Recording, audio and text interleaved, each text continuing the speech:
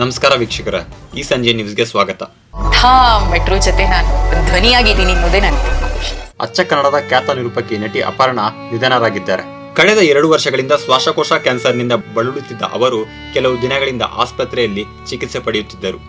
ಆದರೆ ದುರಾದೃಷ್ಟವಶಾತ್ ಚಿಕಿತ್ಸೆ ಫಲಕಾರಿ ಆಗದೆ ನಿನ್ನೆ ಜುಲೈ 11ರಂದು ನಿಧನರಾಗಿದ್ದಾರೆ. ಕನ್ನಡಿಗರ ಮೆಚ್ಚಿನ ನಿರೂಪಕಿಯಾಗಿ ನಟಿಯಾಗಿದ್ದ ಅಪರ್ಣಾ ಅವರ ವೈಯಕ್ತಿಕ ಜೀವನದ ಬಗ್ಗೆ ತಿಳಿದುಕೊಳ್ಳುವ ಕುತೂಹಲ ಅನೇಕರಲ್ಲಿತ್ತು. ಆದರೆ ಈ ಬಗ್ಗೆ ಹೆಚ್ಚಾಗಿ ಅವರು ಎಲ್ಲಿಯೂ ಹೇಳಿಕೊಂಡಿರಲಿಲ್ಲ.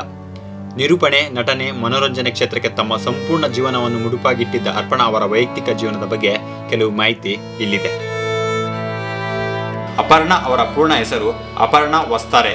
ಅಚ್ಚ ಕನ್ನಡದ ನಿರೂಪಕಿಯಾಗಿ ಗುರುತಿಸಿಕೊಂಡಿದ್ದ ಅವರು ಸಿನಿಮಾ ಪತ್ರಕರ್ತರೊಬ್ಬರ ಪುತ್ರಿ. ಇವರ ಪತಿ ನಾಗರಾಜ್ ವಸ್ತಾರೆ.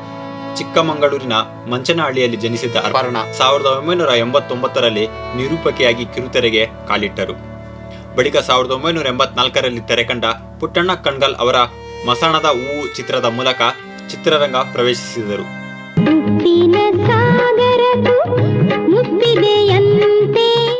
ನಿರೂಪಣೆ, ಕನ್ನಡ ಚಿತ್ರರಂಗ ಹಾಗೂ ಕಿರುತೆರೆ ನಟನೆಯಲ್ಲಿ ತಮ್ಮದೇ ಆದ ಹೆಜ್ಜೆ ಗುರುತು ಮೂಡಿಸಿರುವ ಅಪರ್ಣಾ ಅವರದ್ದು ಬಹಳ ಚಿಕ್ಕದಾದ ಕುಟುಂಬ. ಅಪರ್ಣಾ ಅವರಿಗೆ ಪತಿ ನಾಗರಾಜ್ ವಸ್ತಾರೆ ಅವರೇ ಪ್ರಪಂಚವಾಗಿದ್ದರು. ಯಾಕೆಂದರೆ ನಾಗರಾಜ್ ವಸ್ತಾರೆ ಹಾಗೂ ಅಪರ್ಣಾ ದಂಪತಿಗೆ ಮಕ್ಕಳಿರಲಿಲ್ಲ. ತಮ್ಮ ಈ ಖಾಸಗಿ ವಿಚಾರದ ಬಗ್ಗೆ ಅಪರ್ಣಾ ಅವರು ಎಲ್ಲಿಯೂ ಹೇಳಿಕೊಂಡಿರಲಿಲ್ಲ. ಅಂದಹಾಗೆ ಅಪರ್ಣಾ ಅವರ ಪತಿ ನಾಗರಾಜ್ ವಸ್ತಾರೆ ಅವರು ವಾಸ್ತುಶಿಲ್ಪಿಯಾಗಿ ಕೆಲಸ ಮಾಡುತ್ತಿದ್ದಾರೆ. ಅಪರ್ಣಾ ಅವರ ಅಗಲಿಕೆ ಬಗ್ಗೆ ಪತಿ ನಾಗರಾಜ್ ವಸ್ತಾರೆ ಮಾತನಾಡಿದ್ದು, ಅಪರ್ಣಾ ಅವರು ಇಹಲೋಕದ ವ್ಯಾಪಾರವನ್ನು ತ್ಯಜಿಸಿ ಸ್ವರ್ಗಸ್ಥಳಾಗಿದ್ದಾಳೆ.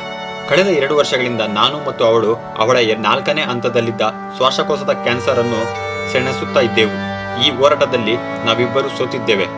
ಅತ್ಯಂತ ವಿಷಾದದಿಂದ ಈ ಮಾತನ್ನು ನಿಮ್ಮ ಮುಂದೆ ಇಡುತ್ತಿದ್ದೇನೆ ಎಂದು ಹೇಳಿದ್ದಾರೆ.